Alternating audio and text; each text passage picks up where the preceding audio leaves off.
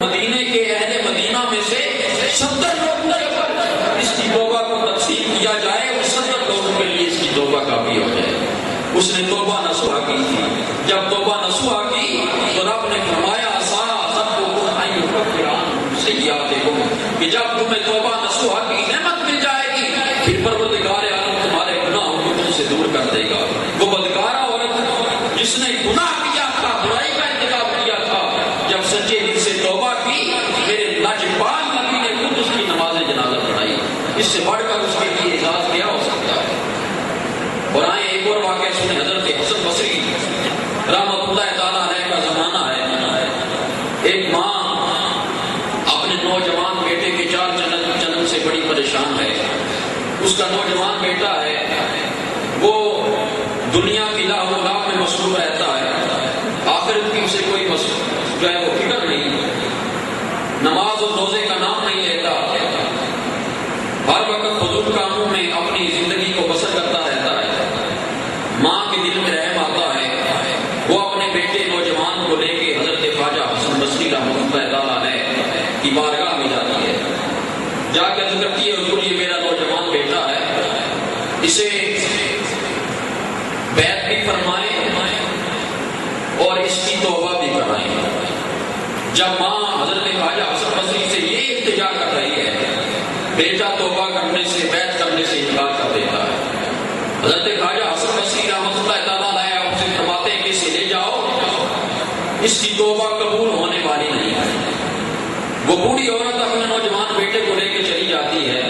جب گھر جاتی ہے، چند دن گزرتے ہیں، عرصہ گزرتا ہے، وہ نوجوان بیمار ہو جاتا ہے۔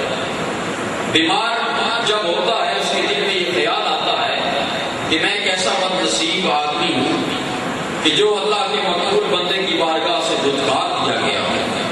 مجھے اللہ کے مقبول بندے خواجہ حسن بصری رحمۃ اللہ تعالیٰ علیہ نے اپنی بارگاہ سے دور کر دیا ہے۔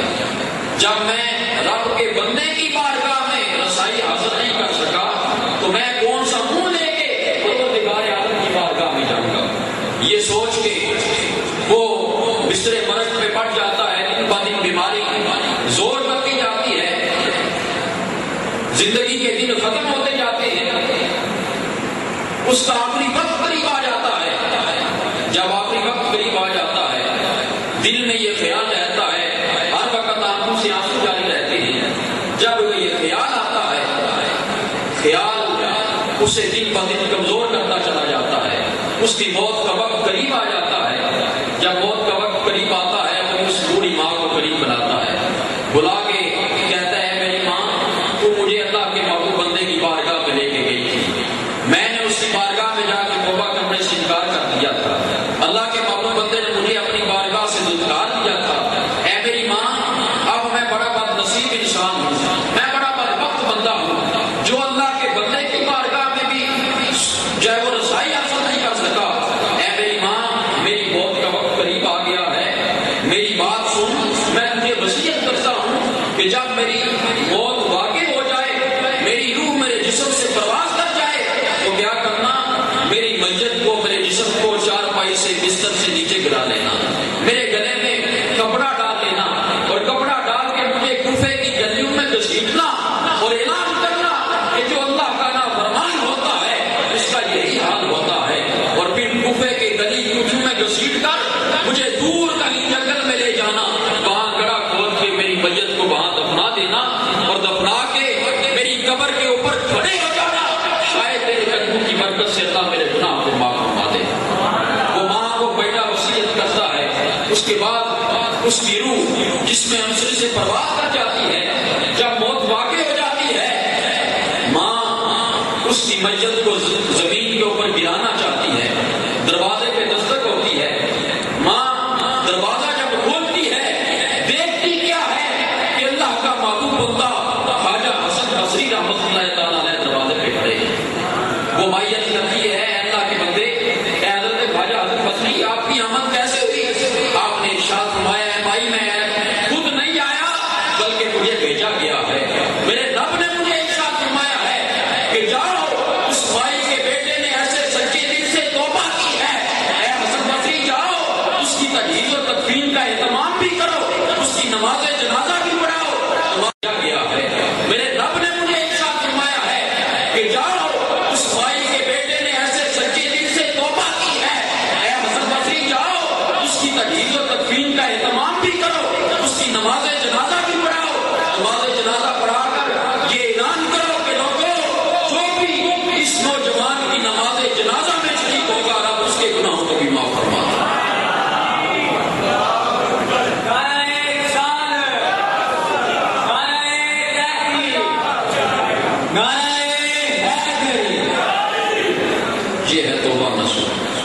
کہ جو انسان اپنے دل سے رب کی بارگاہ میں گڑ گڑاتا ہے، روتا ہے، شرمندہ ہوتا ہے، رب نہ صرف اس کے گناہ معاف کرتا ہے بلکہ اللہ تبارک و تعالیٰ گناہوں کو معاف کر کے نیکیوں میں تبدیل کر کے رب اسے اپنے مقربین میں شامل کر دیتا ہے۔ یارو اس کی رحمت تو ہر رات ہر وقت سزا دیتی ہے، ہم تو مائل و کرم ہے کوئی سائل ہی نہیں، راہ دکھلائیں کسی راہ ربے منزل ہی نہیں۔ اور رومی کشمیر بول اٹھے، آپ کہتے ہیں پچھلی رات کی رحمت رب دی کرے بلند آوازہ، بخشش منگن والے کارن کھلا ہے دروازہ۔ میرے رب کی رحمت ہر رات سزا دیتی ہے، یہ ندا دیتی ہے آ جاؤ گناہگاروں میری بارگاہ میں آ کے توبہ کر لو۔ رب اپنے محبوب کی زبانی یہ اعلان کرواتا ہے، فرماتا ہے قل یا عبادی الذین اسرفوا علی انفسہم لا تقنطوا من رحمت اللہ۔ اے میرے محبوب، میرے ان گناہگار بندوں کو فرما دو جنہوں نے اپنی جانوں کے اوپر زیادتی کر لی ہے، ظلم کر لیا ہے، کیا کریں؟ لا تقنطوا من رحمت اللہ، اپنے رب کی رحمت سے مایوس نہ ہو جائیں۔ برادران اسلام، تو رب کتنا قریب رب ہے، آپ ذرا اندازہ فرمائیں نا کہ انسان ساری زندگی نافرمانی کرتا ہے، ساری زندگی گناہوں میں گزارتا ہے، اس کے بعد بھی وہ فرماتا ہے یا عبادی، اے میرے بندے۔ آپ دنیا میں ذرا دیکھیں گے اگر کوئی عزیز، کوئی دوست، کوئی رشتے دار آپ اس کی ایک بات نہ مانیں، وہ کہتا ہے اس کے ساتھ میرا کوئی تعلق نہیں، میرا اس کے ساتھ کوئی رشتہ نہیں، اس نے میری بات نہیں مانی۔ رشتے دار عزیز و اقارب کو ایک طرف، والدین کی اگر جو دنیا میں انسان کے ساتھ بے لوث محبت کرتے ہیں، والدین سے بڑھ کر دنیا میں بندے سے کوئی محبت نہیں کرتا۔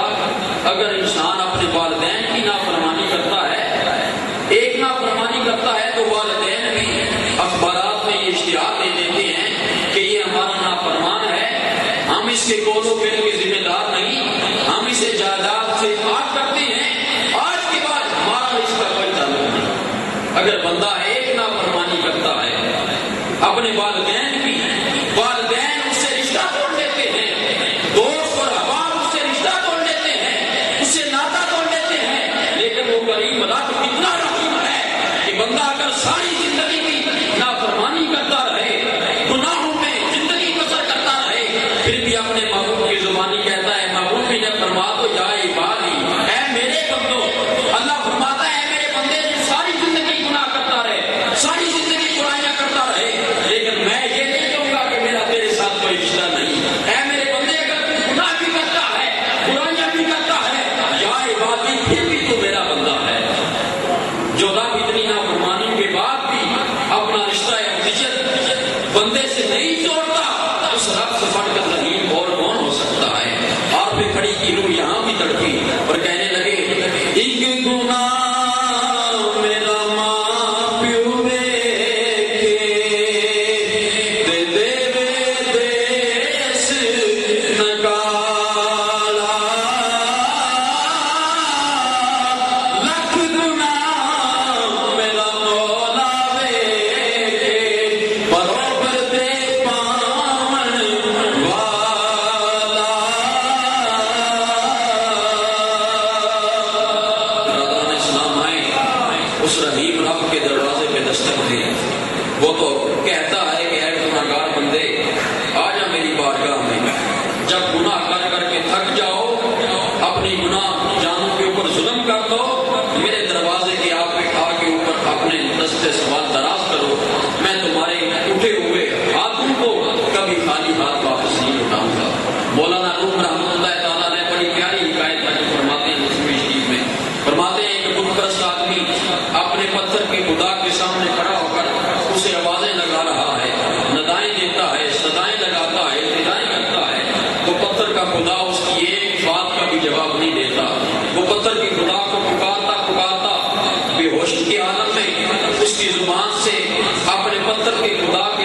بجائے میرے رب کا صفاتی نام یا سمد جاری ہو جاتا ہے۔ جب وہ بے ہوشی کی حالت میں، حالت غشی میں رب کے صفاتی نام کا ورد کرتا ہے، میرا مولا نورانی فرشتوں سے مخاطب ہو کے ارشاد فرماتا ہے، فرشتوں دیکھو زمین میں میرا بندہ مجھے پکار رہا ہے۔ فرشتے عرض کرتے ہیں مالک وہ تو پتھر کے سامنے کھڑا ہے اور بے ہوشی کے عالم میں زبان سے بول رہا ہے، وہ ارادتاً میرا نام نہیں لے رہا، وہ بے ہوشی میں غلطی کے ساتھ میرا نام لے رہا ہے، وگرنہ وہ تو پتھر کے بت کو پکار رہا ہے۔ میرا رب اپنے فرشتوں کو یہ جواب دیتا ہے، فرشتوں یہی فرق ہے مجھ میں اور پتھر کے خدا میں۔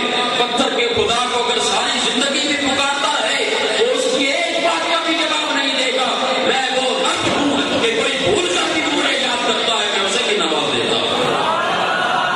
یہ میرا رب ہے جو بھولے انسان کو بھی جب بھول کر بھی اس کے در پہ آ جاتا ہے وہ نواز دیتا ہے۔ تو برادران اسلام آج کی شب اس کے در اقدس پہ دستک دینے کی شب ہے، اس سے اپنے گناہوں کی معافی مانگنے کی شب ہے، اس سے اپنے کرتوتوں کی معافی مانگنے کی رات ہے۔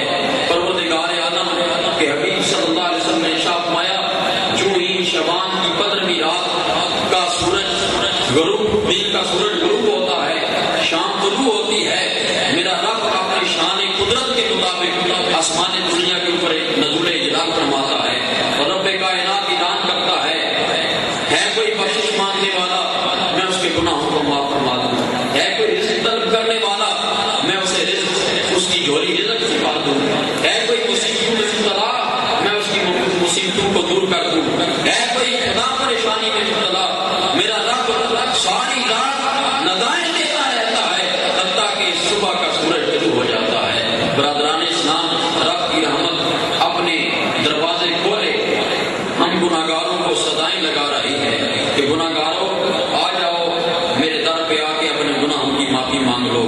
پروردگار عالم کی بارگاہ میں جب انسان شرمندہ ہو جاتا ہے اپنے گناہوں کی معافی مانگ لیتا ہے، پروردگار عالم کی بارگاہ میں جب گڑ گڑاتا ہے، رب کی بارگاہ میں رو کے ندامت کے ساتھ اپنی آنکھوں سے آنسو بہاتا ہے، ان آنسو کا مقام کیا ہے؟ شاعر کہتا ہے کہ عظمت گریہ کو ہوتا ہے نظر کیا جانے، اشک اگر اشک نہ ہوتا تو ستارہ ہوتا۔ رب کی بارگاہ میں آنسو کا بڑا قدر ہے۔ پروردگار عالم کے حبیب صلی اللہ علیہ وسلم نے ارشاد فرمایا قیامت کے دن جب دوزخ جو ہے وہ پورے سیلاب کی شکل میں گناہگاروں کی طرف، لوگوں کی طرف بڑھے گی، لوگ اپنی نمازوں کا واسطہ دیں گے، دوزخ کی آگ بڑھتی چلی جائے گی، لوگ اپنی زکات کا واسطہ دیں گے، دوزخ کی آگ بڑھتی چلی جائے گی، لوگ اپنے حج کا واسطہ دیں گے، جو دوزخ کی آگ ہے وہ بڑھتی چلی آئے گی۔ اتنے میں جبریل امین مجھے ایک پانی کا پیالہ دیں گے، میں وہ پانی کا پیالہ دوزخ کی آگ کے سامنے چھڑک دوں گا، دوزخ کی آگ ٹھنڈی ہو جائے گی۔ صحابہ کرام نے عرض کی یا رسول اللہ صلی اللہ علیہ وسلم، جو آگ نہ نمازوں کے واسطے کو مانتی ہے، نہ روزوں کے واسطے کو مانتی ہے، نہ حج اور صدقات کے واسطے کو مانتی ہے، وہ پانی کے پیالے کے سامنے ٹھنڈی ہو جاتی ہے، یا رسول اللہ وہ پانی کا پیالہ کیا ہوگا؟ وہ کون سا پانی ہوگا جو اتنی بڑی سمندر کی شکل میں آگ آتی ہے، وہ پانی تھوڑا سا چھڑکنے سے ٹھنڈی ہو جاتی ہے؟ اے اللہ کے نبی اس پانی میں کون سی قوت ہے؟ میرے نبی نے ارشاد فرمایا صحابہ وہ پانی کوئی عام پانی نہیں ہوگا، وہ پانی گناہگاروں کی آنکھوں کے آنسو ہوں گے۔ گناہگاروں کی آنکھوں کے آنسو میں یہ اتنی طاقت ہے کہ قیامت کے دن جب آگ ٹھنڈی ہونے کا نام نہیں لے گی، میرا نبی گناہگاروں کی آنکھوں کا آنسو اس کے سامنے چھڑکے گا، وہ آگ ٹھنڈی ہو جائے گی۔ برادران اسلام، آج اگر اس دنیا میں رہ کے چند لمحات کے لیے آپ رب کی بارگاہ میں شرمندہ ہو کے اپنی آنکھوں سے چند قطرے آنسو کے بہا لیں گے، وہ آنسو کے قطرے آپ کے لیے کل قیامت کی شرمندگی سے